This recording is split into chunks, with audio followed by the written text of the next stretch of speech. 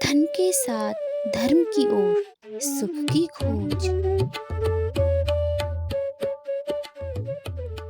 आज हम पुनः उस डगर पर चलते हैं जहां अवधूत भगवान ने किसी को प्रणाम किया ही नहीं, नमन किया ही नहीं। तो कुछ समय के लिए हम भी ऐसा करके देखते हैं कि हम भी किसी के लिए नमन नहीं करते। आप जो ये वाणी सुन रहे हैं उस डगर पर आप भी मेरे साथ साथ चलिए। कोई मिल जाता है तो उसके दंडवत भी करेंगे, प्रणाम भी करेंगे, नमन भी करेंगे। पर देखते हैं कि अवधूत जी ने प्रणाम क्यों नहीं किया। ऐसा क्या था कि उन्हें कोई भी अपने से श्रेष्ठ दिखाई ना दिया, या कोई भी इस दुनिया में आदर के योग्य ना दिखाई दिया।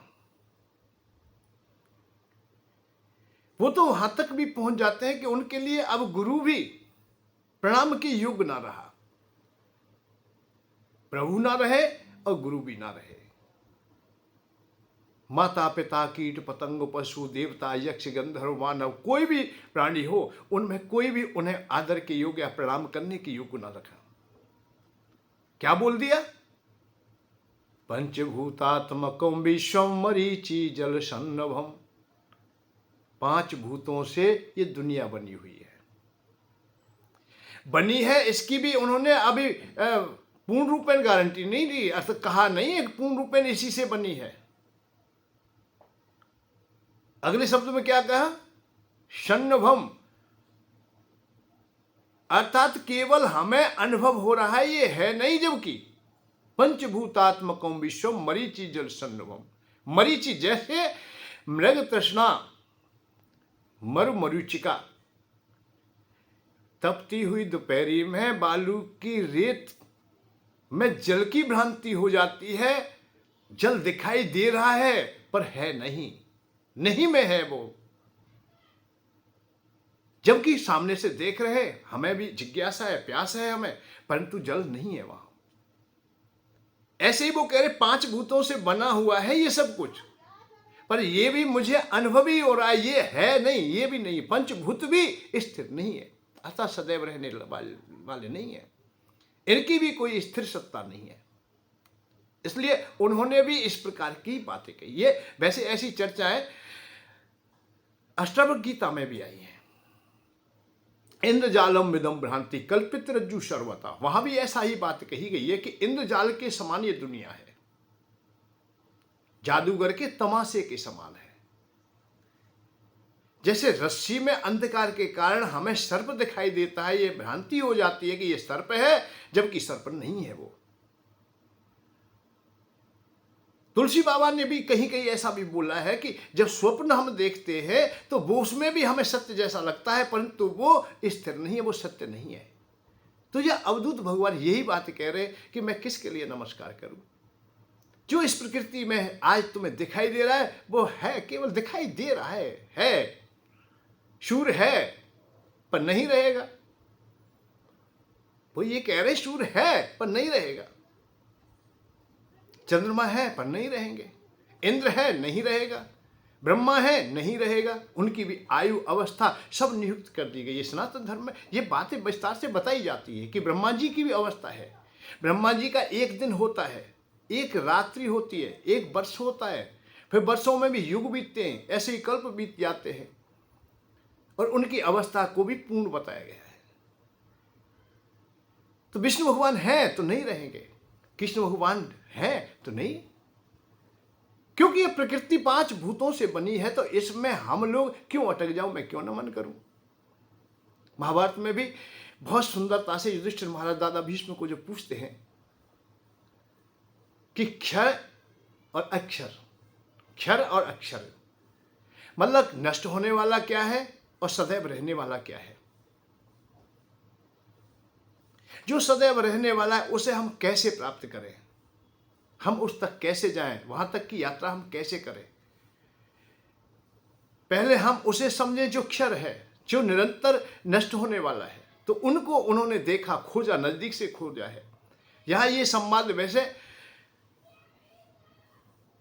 वशिष्ठ जी महाराज, गुरुवर वशिष्ठ जनक जी महाराज को कुछ पंक्तियां समझा रहे हैं क्षर और अक्षर की, अनंतता की, अर्थात मोक्ष धर्म की बातें। ब्रह्म ज्ञान की चर्चाएं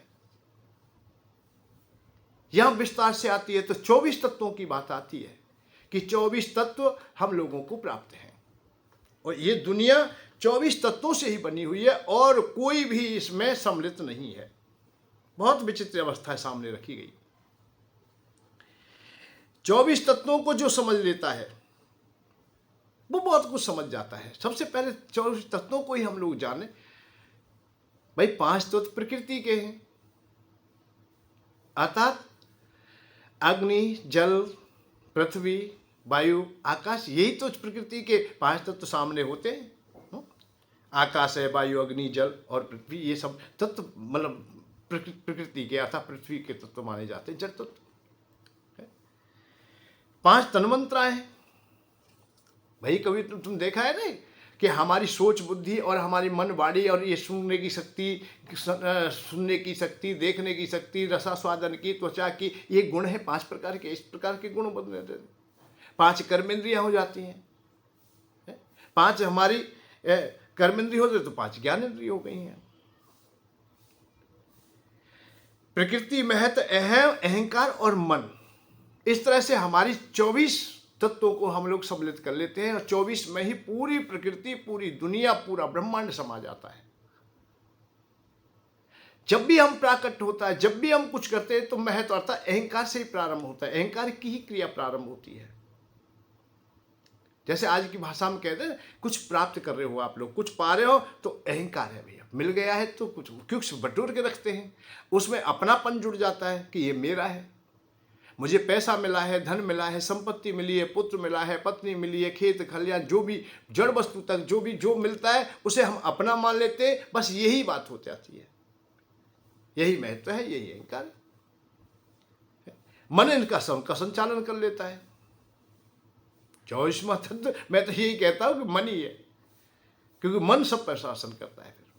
और बड़े बड़े ऋषि महात्मा केवल यही काम करते हैं कि मन को हम लोग बस में कर लें। बस का भात यही होता है कि उसे हम लोग समुचित व्यवस्था में आने दें, कहीं हम भटकने न दें।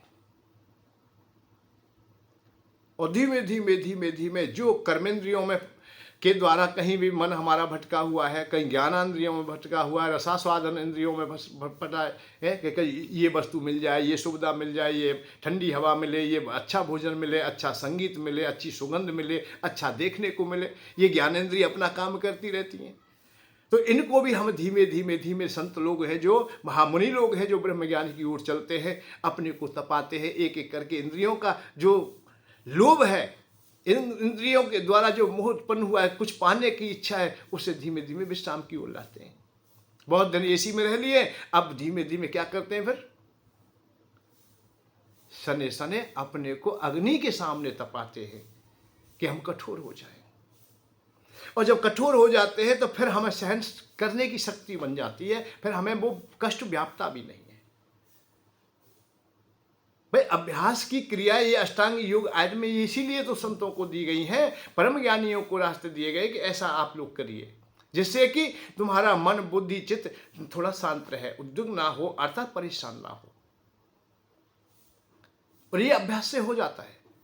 हम निरंतर सुविधा में रहते हैं तो 1 घंटे के लिए भी हम प्यासे नहीं रह सकते, तत्काल भयभीत होने लगे, घबराने लगे। पर संत लोग उसी अभ्यास को बढ़ाते बढ़ाते कई दिवस तक पहुंचा सकते हैं और पहुंचा देते हैं। धीमे धीमे अपने को तपाते चले जाते हैं, विषयों से अलग करते जाते हैं, उनकी जो जैसे विषय क्रियाएं फिर हम सहज हो जाते हैं। पर प्रकृति की रचना इन 24 तत्वों को एकत्र करके भी पूर्ण नहीं होती है। 26वां तत्व होता है जीवात्मा, अर्थात जीव।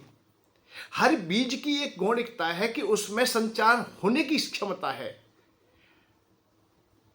24 तत्व उसके बड़े समुचित व्यवस्था में उसमें है, जिनका समय जैसा आएगा वैसे प्राकट हो जाएगा। जैसे अब संक्षेप में जाने कि पंच तत्व मतलब प्रकृति के तो हमेशा बीज में रहते हैं। पृथ्वी का समावेश हमेशा है, जल का है, अग्नि का है, वायु का है, आकाश का है, कोई भी बीज क्यों ना हो। छठवां उसमें मूल जो तत्व आता है वो आता है जीव तत्व। इन पांचों का समावेश सही प्रकार से हो, अनुकूल हो, और वातावरण मिल जाएगा, फिर बाहरी तत्व है वो भी उसमें सम्मिलित होते जाएंगे, तब उसमें अंकुरित होंगे वो।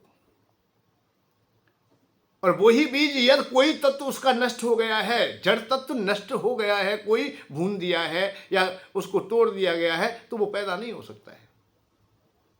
और पैदा होने में फिर सहायक होता है अनंत अर्थात परमात्मा, जिसे महान तत्व कहते हैं, जो 25वें तत्व से भी परे अर्थात आत्मा का स्वरूप है।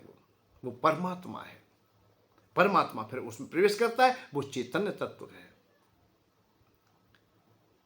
अवधूत भगवान इन्हीं क्रियाओं को कहते हुए कि 24 तत्वों से ये दुनिया बनी है या प्रकृति में है। पंचभूतात्मकम विश्वम मरीचि जल सर्वम अहो कश्य नमस्कर्यामि अहम एक निरंजना, मैं तो एक निरंजन मात्र हूं। अर्थात मेरा मैं किसके लिए नमन करूं? जब मैं ही मैं हूं तो प्रणाम किसको करूं? अपने को तो कोई प्रणाम करता ही नहीं, प्रणाम तो हमेशा दूसरों को किया जाता है। अब वो कह रहे हैं कि मैं ही मैं हूं, जो मैं सामने देख रहा हूं वो प्रकृति है, प्रकृति से कोई अलग नहीं है, सब कुछ प्रकृति से ओतप्रोत है। ये ब्रह्म ज्ञान की बातें वैसे बहुत गहरी हो जाती हैं, वैसे विशेष करके घर की स्त्रियों के क्योंकि विशेष काम में आती नहीं है, इसलिए ये दबी पड़ी रह जाती है। अवधूत गीता को बताओ कौन पढ़ता है? अष्टावक्र गीता को कौन पढ़ रहा है? हम पढ़ भी रहे तो और प्रकार से पढ़ रहे हैं। किसी ने बता दिया है कि अवधूत गीता का यदि पाठ करोगे आप लोग तो आपको बहुत धन मिलेगा, पर बड़ी विचित्र अवस्था है ये। वो वैराग की बातें हैं, वो परम त्याग की बातें हैं, वो तो शरीर को भी त्यागने की बातें हैं कि शरीर से भी तुम्हारा कोई प्रयोजन नहीं है, और उनका हम पाठ कर रहे हैं, उनको हम हृदय में धारण करते हैं और बात करते हैं हम लोग की धन मिलेगा या धन की चाह। नहीं, दोनों विपरीत हो जाते हैं। जैसा संग करेंगे वैसी ही आपकी प्रवृत्ति होगी, जैसा ही संग होगा ऐसा रंग मिलेगा, ऐसा ही उसका फल मिलेगा। आप वैराग्य की चर्चाएं आप लोग करते हैं तो वैराग्य मिलेगा। अब घर गृहस्थी का वैराग्य का तो मेल नहीं होता है। भाई आप घर गृहस्थी में रह रहे हो तो आपको अर्थ चाहिए, आपको बच्चों की व्यवस्था चाहिए, पत्नी का प्रेम चाहिए या पत्नी की व्यवस्था चाहिए, माता पिता की सेवा आपको करनी है, आपके जो कर्तव्य है उनको पूरा करना है। घर गृहस्थी में रह रहे तो अब वैराग्य कहाँ से? यहाँ परम ज्ञान आदि की बात का है, या तो पिता के मान सम्मान की बात है, यहाँ अब भगवान को भी प्रणाम करने की बात खत्म हो गई। यहाँ गुरु को भी गुरु प्रज्ञा प्रसाद देना मूर्ख वा या पंडित, जबकि गुरु का प्रसाद तो वो प्रसाद है कि जो मूर्ख को भी महापंडित ज्ञानी बना देता है। उसके लिए भी ये बात कह दी गई कि अब उनको भी मुझे नमन करने की कोई आवश्यकता नहीं है, क्योंकि जो मैं गुरु में देख रहा हूं वो मैं हूं, वही तत्व इनमें है, और वो तत्व खत्म होने वाले क्षर में चले जाएंगे। अहम एक निरंजना, मैं तो अक्षर हूं, अक्षर अर्थात मैं सदैव रहने वाला हूं, निरंजन हूं, मैं अच्युत हूं, मैं किसी के साथ मेरा कोई संबंध है ही नहीं, मैं अनंत हूं, कहीं मेरा अंत है ही नहीं। जब मेरा कहीं अंत नहीं है और सामने देखने वाले अंत का मैं क्यों प्रणाम करूं? जिसका अंत है उसका मैं उसे प्रणाम क्यों करूं? जो अनंत है वही तो अपने में पूर्ण है। परंतु ये चर्चाएं हमारे घर गृहस्थी में काम न आई। कहीं कहीं हम कभी कभी ऐसी ही भूल हम कर देते हैं कि जो चर्चाएं हमारे काम में नहीं आ रही उनको हम विस्तार से बताने में बैठ जाते हैं, या फिर कहिए कि अरुचि आ रही है, कि अरुचि तो आएगी भैया, कि प्रकृति में ही रस है, प्रकृति में ही आनंद समाया हुआ है, प्रकृति में ही सुख समाया हुआ है।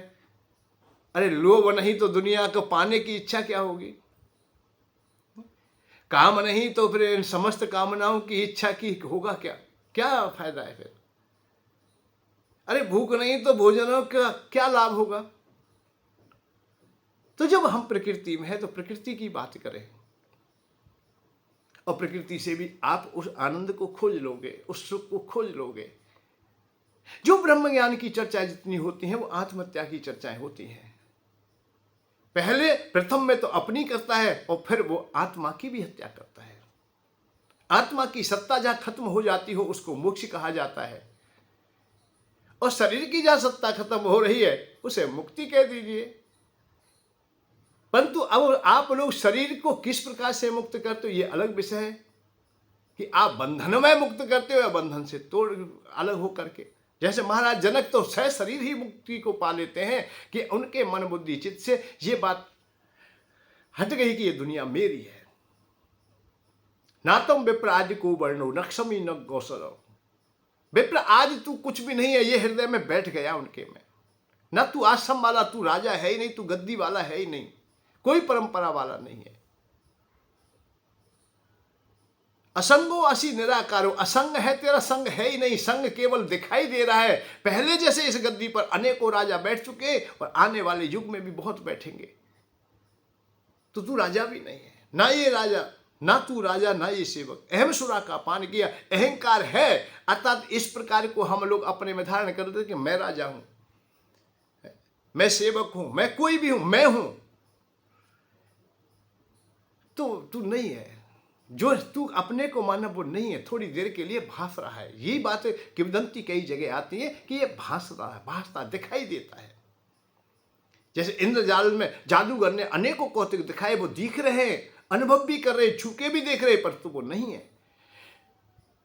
स्वप्न में हम नाना प्रकार की क्रियाएं देखते हैं, हम हर घटना को देखते हैं, परंतु वो देखते हुए भी हम साक्षी होते हैं, वहां होते हैं हम लोग, हमारे नजदीक होता है वो सब घटनाएं हमारे पास में घटी होती हैं, परंतु वो नहीं में चली जाती है। कब? जब समझ जाते हैं और जग जाते हैं। ऐसे ही जिस दिन हम लोग समझ जाएंगे ये प्रकृति के पांच तत्व क्या है,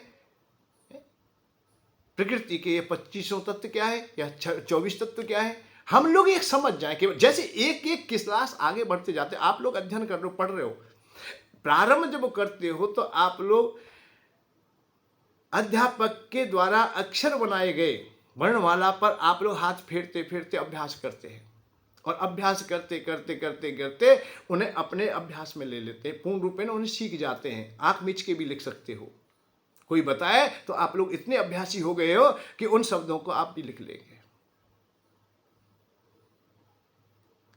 और चलते चलते चलते चलते अनेकों क्लास ऊपर चले जाते हैं, डिग्रियां प्राप्त हो जाती हैं, कक्षाएं आप लोग आगे बढ़ते चले जाते हैं, जैसे सीढ़ी पर चलते चले जाते हैं ऊपर चले जाते हैं। परंतु कभी तुमने देखा है कि जब ऊपर चले जाते हैं तो नीचे की जो क्लासें हैं वो तुम्हें अब कोई काम में नहीं आ रही है, वो सब पंगु दिखाई देती है। जैसे एक पहाड़ी के नीचे खड़े हो तुम और वहां भी वृक्षों के नीचे छाया में बैठे हो, बड़े अच्छे सस्तारे हो, परंतु सभी वृक्ष तुमसे बहुत ऊंचे हैं, बड़े बड़े हैं, पर कुछ क्षण के बाद तुम पहाड़ी पर चढ़ने लगे और धीमे धीमे चढ़ते गए,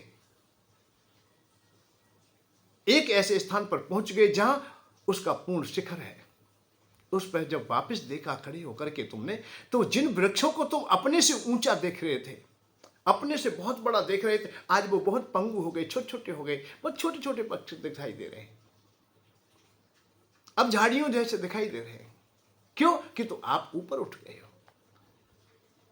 तो ब्रह्म ज्ञान की भी क्रिया ऐसे ही, जब तुम आप लोग ऊपर उठ जाओगे, आप समझ जाओगे, तो जो आज जो कौतिक कर रहे हो, जो आप खेल कर रहे हो, जो भी क्रियाएं चल रही हैं, वो सब तुच्छ दिखाई देंगी।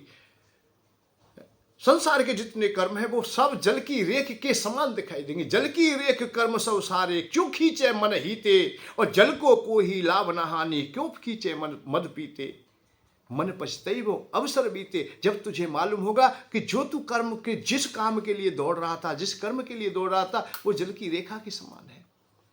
वो तो बहुतों ने पहले भी किया है, परंतु उनके काम तो कहीं दिखाई नहीं दे रहे। जिन कर्म करने के लिए तू ऐसी भाग दौड़ करता है, निरंतर कोलू के बैल की तरह कमाता है, भाग दौड़ कर रहा है उस अर्थ को पाने के लिए, उस पैसे को पाने के लिए, संसार की सुविधाओं को पाने के लिए, वो सब मिथ्याई दिखाई देती है। जिस धन में तू सुख देख रहा था, हो सकता है कि उसके द्वारा ही तुम्हें फिर पीड़ा प्राप्त हो। जब उसे प्राप्त करने की सोची, उस समय से पीड़ा प्रारंभ हो गई, प्राप्त करने में बहुत पीड़ा हुई। और कभी कभी ऐसा भी अवसर आता है कि वो जाने भी लगता है और रुकता नहीं।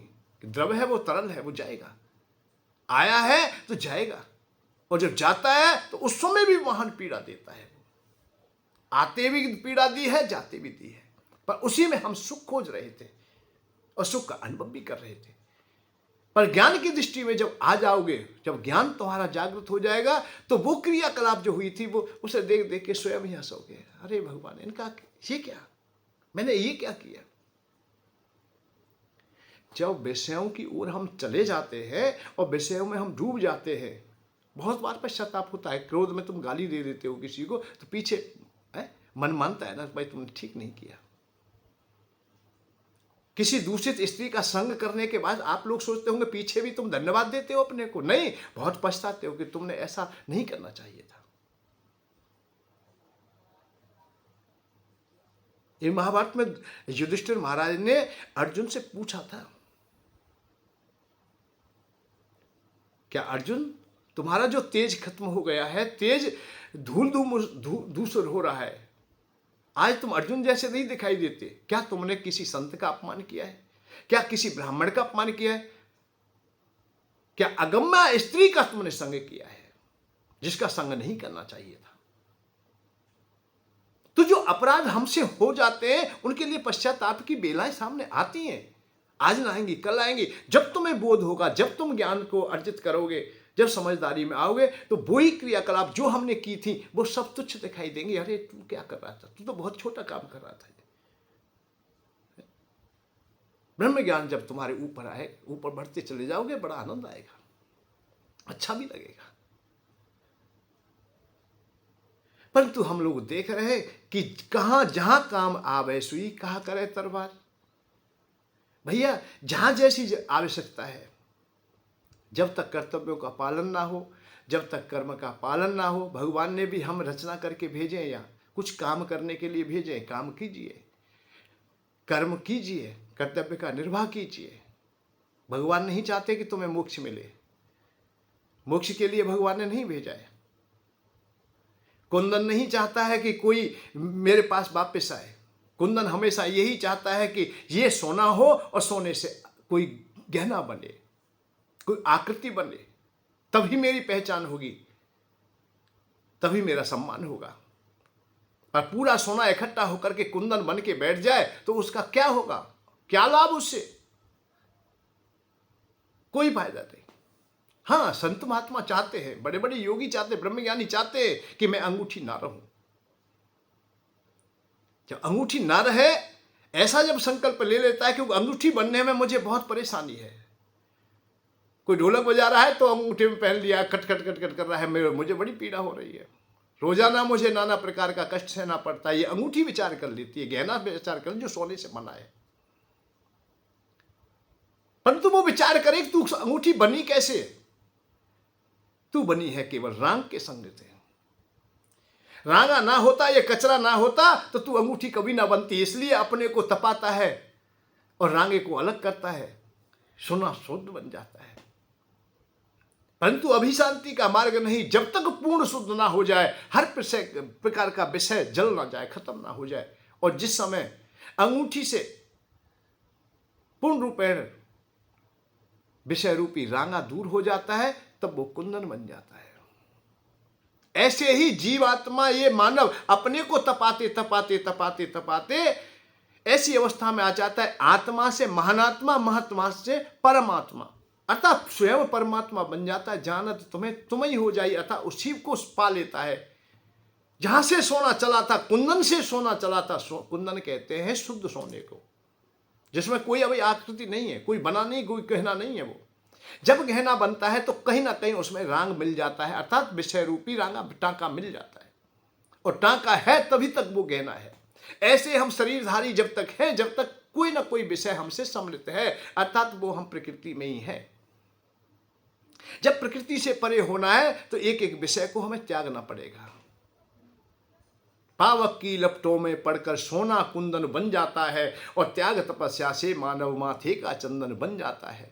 त्याग तपस्या तब तुम्हारे हृदय में उत्पन्न होंगी, वो तपाएंगे अपने के लिए, तो सने सने सने सने आप पवित्र हो जाओगे। और जिस समय पवित्र होंगे उस समय परमात्मा और तुम में कोई भेद ना रहेगा। ये परम ज्ञान है। और पूर्ण रूप में आप लोग जैसे सोना अंगूठी कुंदन हो गई है, ऐसे ही तुम परमात्मा हो गए, तो तुम्हारी आत्मा की मृत्यु हो गई, खत्म हो गई। जैसे अंगूठी की मृत्यु हो गई, अंगूठी की सत्ता खत्म हो गई, सोने की भी सत्ता खत्म हो गई, वो तो कुंदन मात्र है। ऐसे परमात्मा हो जाता है, महान आत्मा की भी सत्ता खत्म हो जाती है। जब महान आत्मा, भाई ये सत्ता ही तो है। आप पापात्मा हो, जीवात्मा, जैसे आप पाप भोग भोग हो रहे हैं, नाना प्रकार के कीट पतंग पशु पक्षी आज में पड़े हो, उनकी मृत्यु तब हो जाती है जब तुम मानव बन जाते हो, मनुष्य योनि तुम्हें प्राप्त हो गई, उनकी मृत्यु हो गई। और मनुष्य की मृत्यु कब हो जाएगी? जब महानात्मा बन जाएंगे। तुम्हारी आत्मा तप के कुछ विकार रहित हो जाएगी। और महानात्मा की भी मृत्यु तब होगी जो परमात्मा हो जाएगी, परमात्मा हो जाएगी, विशेष आत्मा हो जाएगी।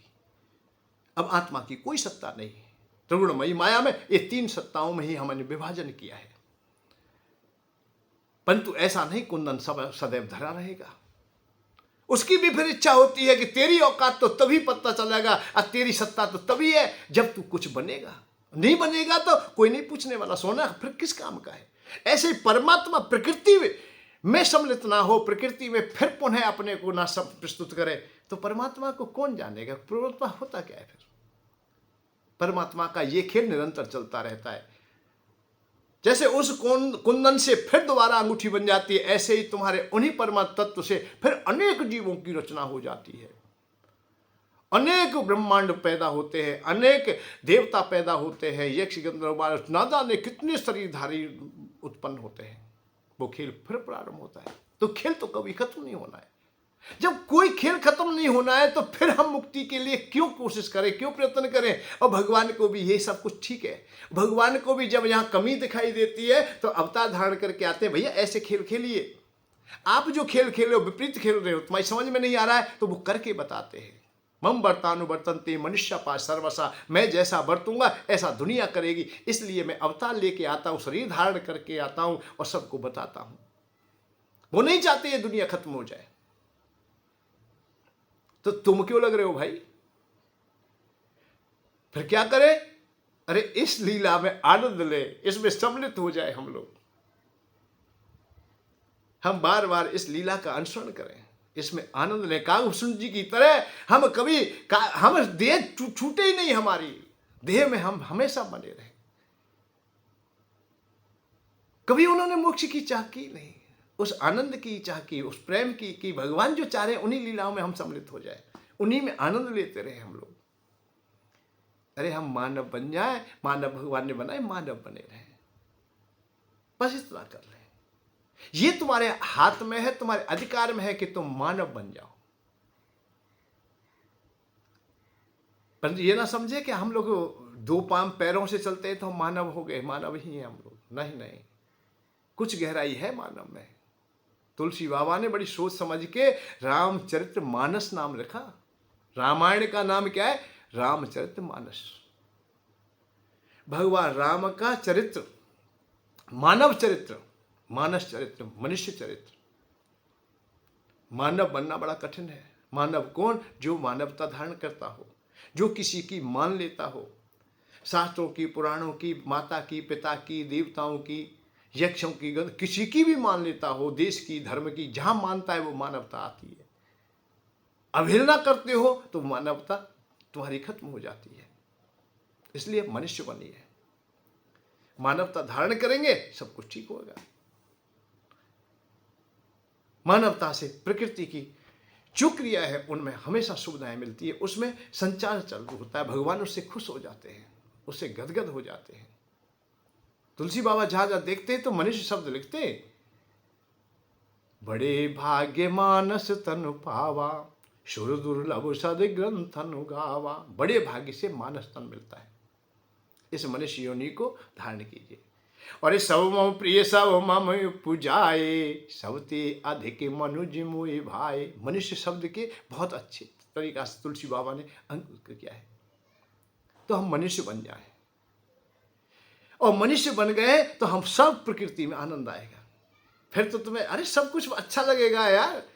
ऐसा नहीं है कि इस दुनिया में ब्रह्म ज्ञान वाले को तो रूखे हो जाते हैं, उन्हें कोई स्वाद नहीं मिलता है, रसास्वादन खत्म हो जाते हैं, स्पर्श स्वादन खत्म हो जाता है, दृष्टि स्वादन, कर्ण स्वादन, सब स्वादन खत्म हो जाते हैं। जो ज्ञानेंद्रियां उनको वो मार देते हैं, उनको वो नष्ट कर देते हैं। तो हम क्यों करें? पर अब बात आती है, फिर इसमें आके फिर फंस जाएंगे। नहीं नहीं नहीं, फंस से सृजने का भी एक मार्ग है कि जो भी संसार में काम कर रहे हो उसे प्रभु में मान लो, भगवान की ही लीलाओं मान लो। ब्रजवासी लोग हैं वो आज भी, हम गाते पीते खाते रहते सहते जो कुछ काम करते उसे माधव की लीला ही मान लेते हैं। गाय चराने के लिए जा रहे तो वो भी माधव की लीला है। घर में प्रवेश कर रहे हैं, मैया शब्द कह के बोलो तो ऐसा लगे यशोदा मैया तो ही बात कर रहे, वो कह रही लाला बड़े प्यार थे।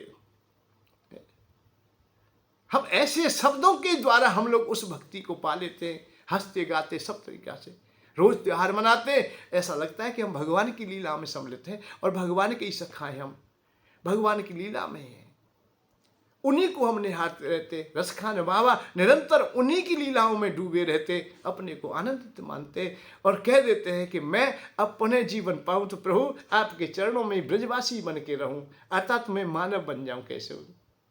और मानस हो तो वही रस खाने बस हो ब्रज गोकुल गाँवों के ग्वारण, और पाहन हो तो वही गिर को जो धर्यो करे छत्र पुरंदर कारण, और जो खगे हो तो बसेरो करो मिले कालिंदी कूलू कदम की डारन, जो पसे हो तो कहा वसु मेरो चरो नित्यानंद की धीन मझारन।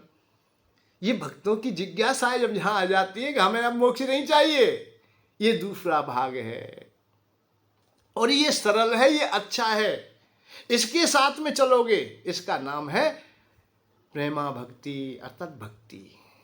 यहां ज्ञान अधूरा हो जाता है,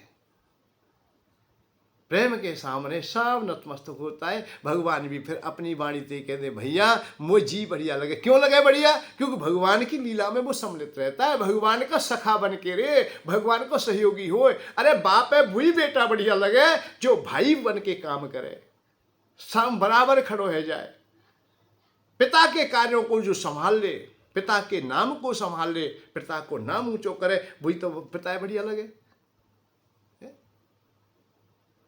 कोई पिता आज तक ये चाहा है कि मेरो बेटा बाबा जी है जाए? घर छोड़ दे, घर गृहस्थी के पालन ना करे, मेरी सेवा ना करे, मेरी मर्यादाओं को ना रखे, ऐसा कोई पिता चाहता है? ऐसे ही भगवान भी नहीं चाहता। पर क्या करे भगवान, लाचार हो जाते हैं। योगी लोग जो होते हैं, जो ज्ञान की दृष्टि से भगवान को पाते हैं, उस सांख्य योग आदि से भगवान को पाते हैं, वहां भगवान लाचार हो जाते, आना नहीं चाहते, क्योंकि रूखे होते हैं, वो बहुत समय से भूखे बैठे हैं, हठ योगी होते हैं, बहुत समय से आत्महत्या कर रहे हैं। रावण आत्महत्या करता है, बार बार सर को काट देता है। जब भगवान आना पड़ता है तो उन्हें पूछते हैं भाई तुम्हें क्या चाहिए, जैसी जैसी उनकी कामना होती है जो दे देते हैं। पर भक्त ऐसा नहीं करता है। भक्त तो जहां बैठा है वहां सोच लेता है, अपने में सोचा मैं भगवान के पास ही, भगवान तो दूर हुई नहीं, आंख बंद की और उन्हीं की लीलाओं में डूब जाता है, आनंद में खो जाता है। जो क्रियाकलाप करता है उसी को वो भगवान का स्वरूप मान लेता है, भगवान का रूप मान लेता है। सिया राम मैं सब जग जानी, मया सर्वम मिदम व्याप्तम, मई सर्व प्रतिष्ठितम, वो सब जगह स्थित प्रतिष्ठित है, वो अपने को अलग मानता ही नहीं। इसलिए जब भोजन बना रहा है तब भी गा रहा है और भोग लगा रहा है, तुलसी दल डाल दे, भगवान आओ खाओ पाओ। और भगवान को प्रसाद जब अपने को मिलता है तो बड़ा धन्य मानता है, अपने को आनंद आता है, फिर तो जिब्या का खूब आनंद ले रहा है।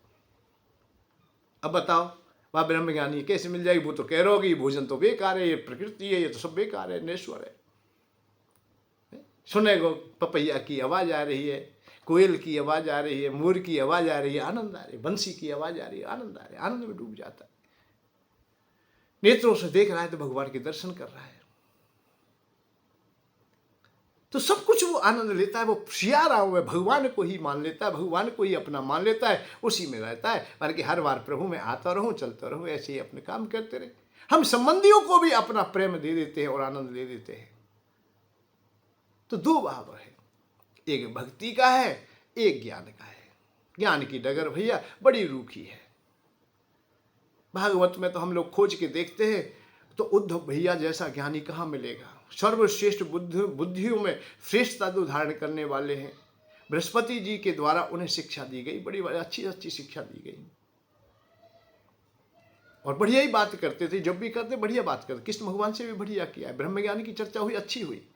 पर वही उद्धव भैया जब गोपियों के पास आए, उनके प्रेम को देखा, उनकी प्रेम की भावनाओं को देखा, उनके प्रेम में निश्चलता देखी, सहज भाव देखा कि कुछ लेना देना नहीं है, कुछ व्यापार नहीं है, संसार का व्यापार नहीं है। उदो हमने प्रेम कियो, कोई तुला तराजू मोल नहीं, हम रूखी सूखी खा लेंगे, कोई चाहत माखन झोल नहीं। ब्रजवासी अब तो आ जाओ, कियो जो हमने कौल नहीं, ज्ञान को ब्रज में भेजा है, पर ज्ञान की ओड़ी सौल नहीं। हमें ज्ञान की जो भेजा है तुमने, इस ज्ञान रूपी सौल को हमें नहीं आवश्यकता। हमें तो केवल प्रेम है, प्रेम किया है हमने, तुला तराजू मोल नहीं। तेरे ज्ञान को हम ले लें, अपने प्रेम में हम त्याग दे, अर्थात प्रेम में हम छोड़ दे। उधो ब्रजवासी गयो जब ते तब ते, हमें भूख न लगती है, हमें अब कछु न लगे, हमें अच्छो ही ना लगे। आज वो ब्रजवासियों को हम लोग उसी प्रकार की भावनाओं में रोते हुए देखते हैं कि गांव गांव नगर नगर अपने कृष्ण को उसी रूप में खोजने का प्रयत्न करते हैं और उन्हें अनुभव भी होता है। उधो ब्रजवासी गयो जब ते तब ते, हमें भूख न लगती है। भटकी भटकी सखी सब डोले, अखियों में नींद न आती है। मन मारे गए ब्रजमोहन जो, चकवी चकवा को बुलावती है।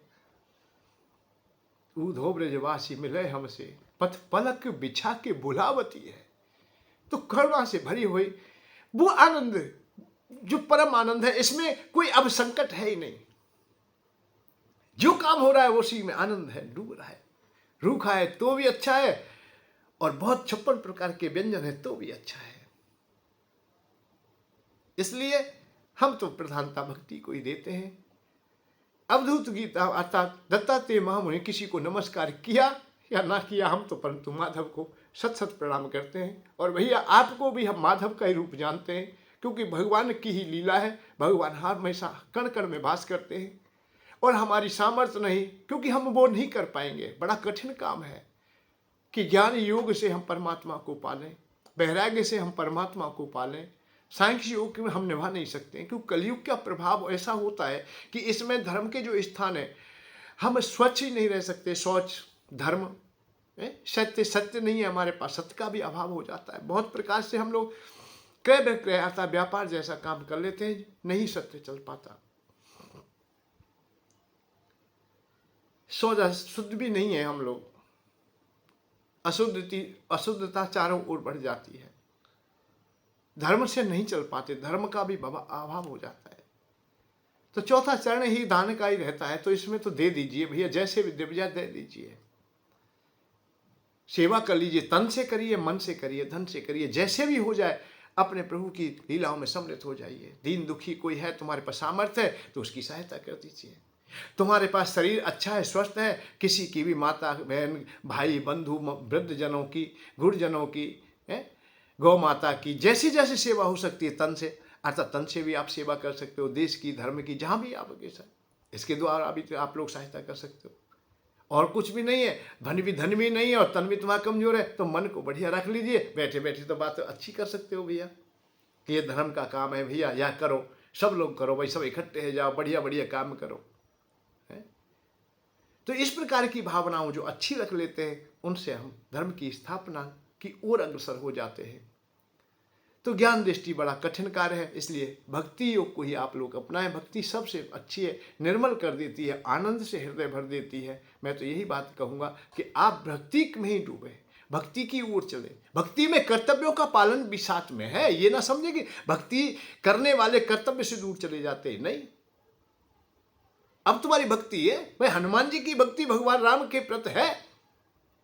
हर अवस्था में वो भगवान राम का जाप करते हैं, उनका चिंतन करते हैं। भाई भरत भैया ने बाण मार दिया है और मूर्छित भी हो गए, भय मूर्छित। मह लागत सायक, भूमि में गिरे, लगते ही मतलब सायक बाण लगते ही, परंतु उच्चारण हो रहा है राम राम, मुंह से निकल रहा है रघुनायक, गावत राम नाम रघुनायक, अर्थात उनके मुंह से चिंतन हो रहा है मूर्छित अवस्था में भी। और क्या कर रहे थे? अपने प्रभु का काम कर रहे थे, अपने स्वामी का काम कर रहे थे। तो हम लोग संसार के कार्यों को छोड़ने के लिए भक्ति नहीं कहती कभी भी, कि निरंतर काम करो भैया। जो खेती कर रहे हो, व्यापार कर रहे हो, जो काम कर रहे हो, माता पिता की सेवा करने, गुरुजनों की सेवा करने, करते रहो, आनंद लेते रहो। ये भगवान की लीला है। भगवान वायु रूप में हमें मिल जाएंगे, यही है, ये भगवान की शर्त है। जैसे मान ले कोई भी सखा में, ऐसी सखा के रूप में मानो। सखा अर्जुन को मिल गए, उद्धव को मिल गए, सुदामा को मिल गए, कितनी बढ़िया बात है। सखा माना तो सखा के रूप में मिल गए। वैसे भगवान तो हर प्रकार से तुम्हें मिलने को तैयार है। जैसा किंवदंती सत्या मति सा गति भवे, जैसी तुम्हारी मति होगी ऐसी तुम्हारी गति होगी, ऐसा ही तुम्हें प्राप्त होगा। बड़ा आनंद है। इसलिए अब अंतिम पड़ाव में हमें सबके लिए सत सत प्रणाम करता हूँ। नमन दंडवत। जय श्री राधे, जय श्री कृष्ण। सभी आनंद में रहे, धन जन से परिपूर्ण है। और फिर कल हम कोई ना कोई प्रसंग लाएंगे। आपकी कोई जिज्ञासा हो पूछने की तो आप भी हमें अवगत करा सकते हैं। उसी के अनुसार भी हम लोग कोशिश करेंगे कि आपको कोई शब्द ऐसा पहुंच जाए जिससे कि जीवन कल्याण के मार्ग की खोज कर ले। जय श्री राधे, जय श्री कृष्ण। धन के साथ धर्म की ओर, सुख की खोज।